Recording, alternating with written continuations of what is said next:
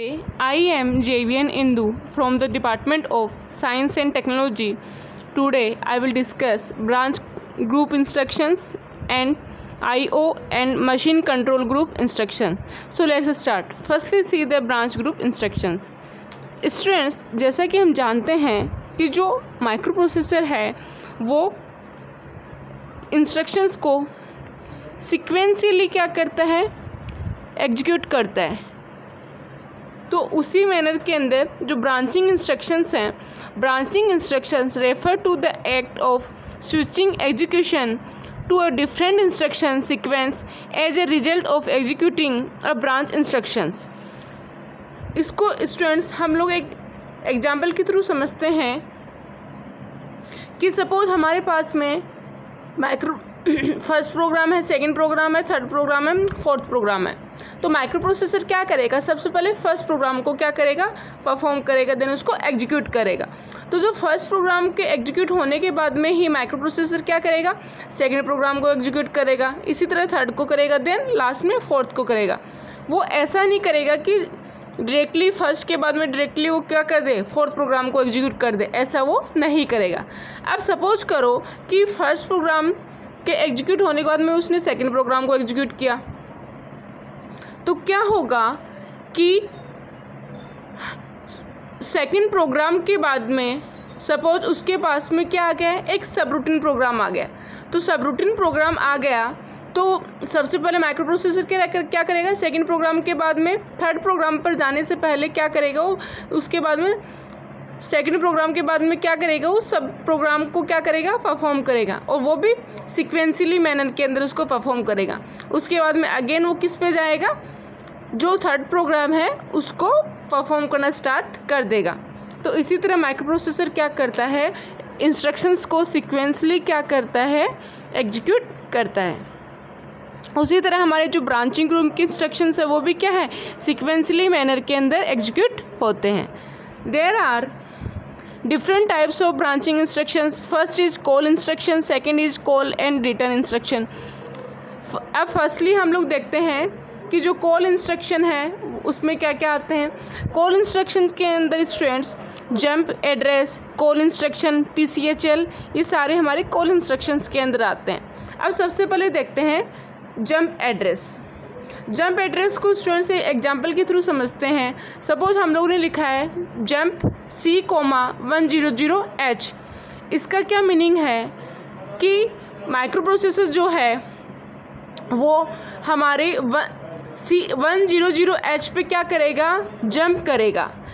अब इसको एक दूसरे एग्जाम्पल के थ्रू लेकर के समझते हैं। सपोज हमारा जो माइक्रो प्रोसेसर है करंट में प्रेजेंट के अंदर क्या कर रहे हैं, जो B1100 जो मेमोरी लोकेशन है उससे डेटा को वो क्या कर रहा है, माइक्रो प्रोसेसर फेच कर रहा है। लेकिन सडनली अगर इंस्ट्रक्शन आ जाता है जंप C,100H, तो जो माइक्रो प्रोसेसर है उसके प्रोग्राम काउंटर के अंदर कौन सा एड्रेस लोड हो जाएगा, 100H। वो किस में हो जाएगा, प्रोग्राम काउंटर के अंदर लोड हो जाएगा। तो माइक्रो प्रोसेसर क्या करेगा, जो B1100 मेमोरी लोकेशन से डेटा को जो फेच कर रहा था उसको वहीं पर स्टॉप कर देगा।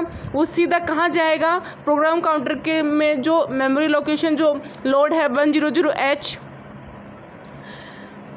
C,100H जो उसके अंदर जो लोड है, जो भी एड्रेस है, तो उस पर वो जाएगा। प्रोग्राम काउंटर के अंदर जो एड्रेस है माइक्रो प्रोसेसर क्या करेगा, उस एड्रेस पे जाएगा, उस मेमोरी लोकेशन पे जाएगा और वहाँ पे जो डेटा है उसको सबसे पहले फेच करेगा। जब ये उसका कंप्लीट हो जाएगा उसके बाद में अगेन वो रिटर्न करेगा B1100 पे।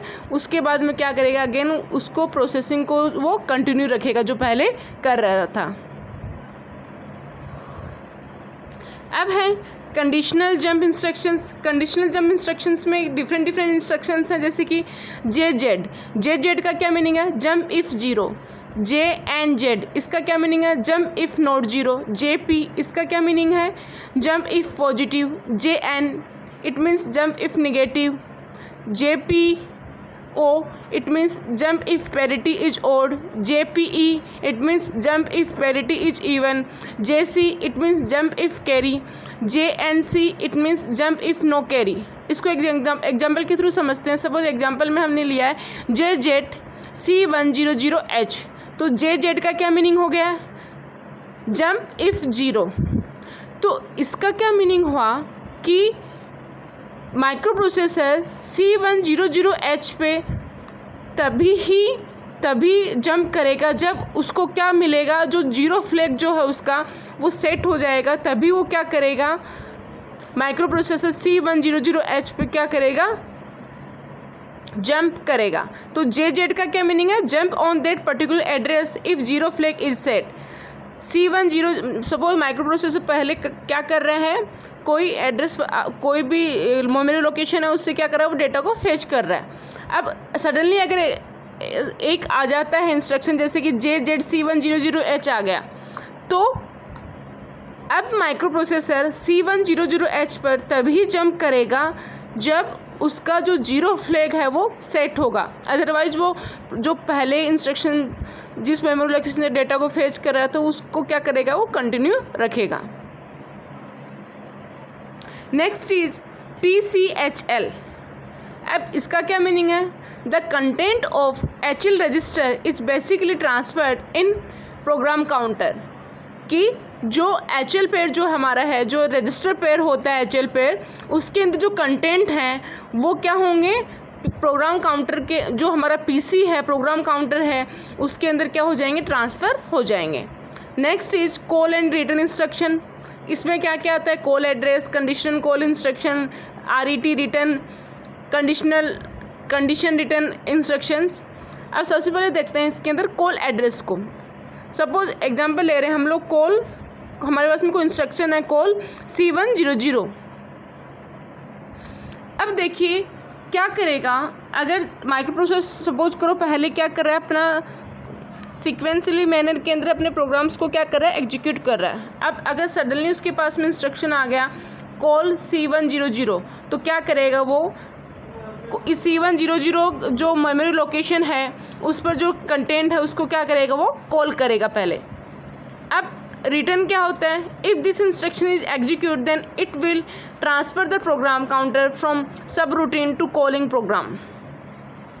जब ये इंस्ट्रक्शन एग्जीक्यूट होगा तो जो प्रोग्राम काउंटर है वो क्या करेगा, सब रूटीन प्रोग्राम से कहाँ चला जाएगा, मेन प्रोग्राम के अंदर.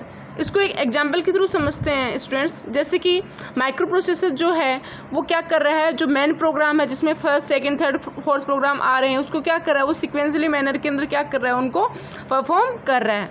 बट क्या हो गया कि जब सेकंड प्रोग्राम माइक्रो प्रोसेसर ने परफॉर्म कर दिया, उसको एग्जीक्यूट कर दिया, तो उसके बाद में सडनली कोई एक सब रूटीन प्रोग्राम आया, तो सब रूटीन प्रोग्राम को वो क्या करेगा, कॉल करेगा. तो क्या करेगा, माइक्रो प्रोसेसर उसकी मेमोरी लोकेशन पर जाएगा जो जहाँ पे सब रूटीन प्रोग्राम है.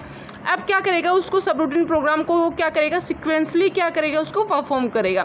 जब सब रूटीन प्रोग्राम कंप्लीट हो जाएगा उसके बाद में एक इंस्ट्रक्शन देगा. कौन सा है वो इंस्ट्रक्शन, रिटर्न का. तो रिटर्न जो इंस्ट्रक्शन जब एग्जीक्यूट होता है तब क्या होता है, जो माइक्रो प्रोसेसर जो है, जो सब रूटीन प्रोग्राम परफॉर्म होने के बाद में वो अगेन किसके अंदर वापस रिटर्न हो जाता है, मेन प्रोग्राम के अंदर.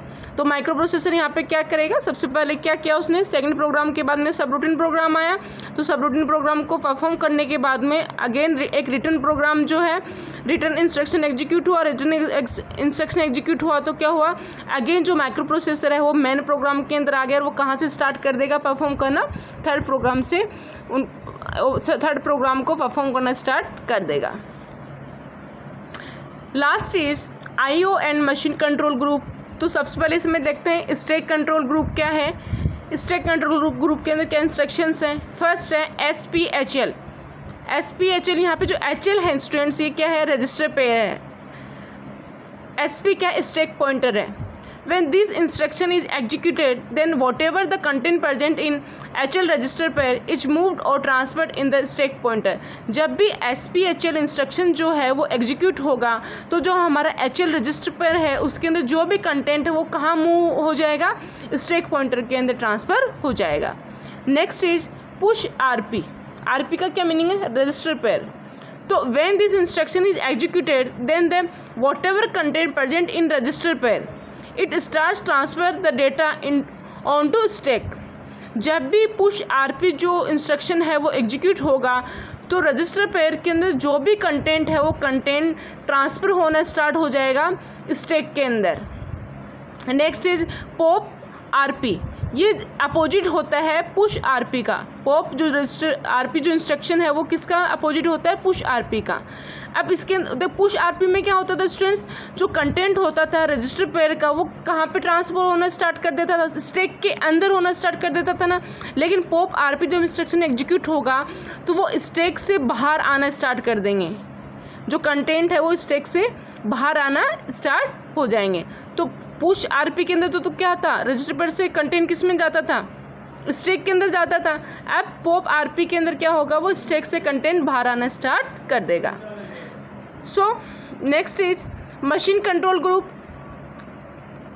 It instructs to the machine that when to stop, when to not stop, when to wait, when to run etcetera. It means कि इसका क्या मीनिंग है कि ये इंस्ट्रक्ट करता है मशीन को कि कब उसे स्टॉप होना है, कब उसे स्टॉप नहीं होना है, कब उसे वेट कंडीशन में जाना है और कब उसे रन होना है। तो ये सारे इंस्ट्रक्ट कौन करता है, मशीन कंट्रोल ग्रुप के जो इंस्ट्रक्शंस होंगे वो इंस्ट्रक्ट करेंगे मशीन को।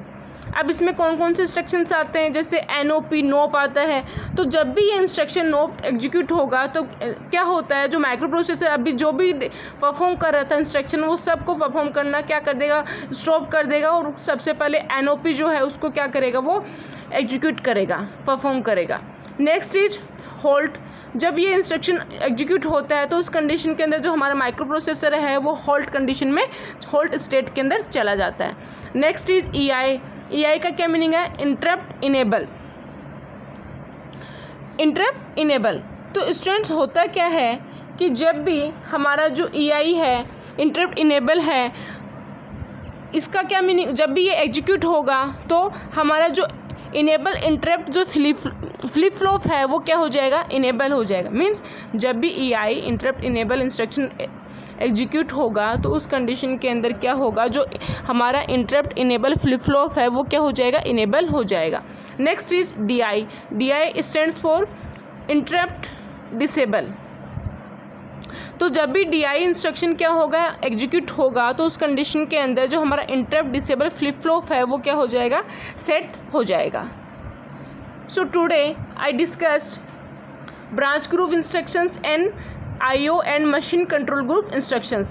This session powered by Digital Version 2.0 Jayoti Vidyapeeth Women's University. I hope you are satisfied with my digital session. If you have any query, please mention in comment box. I will resolve it. Thank you.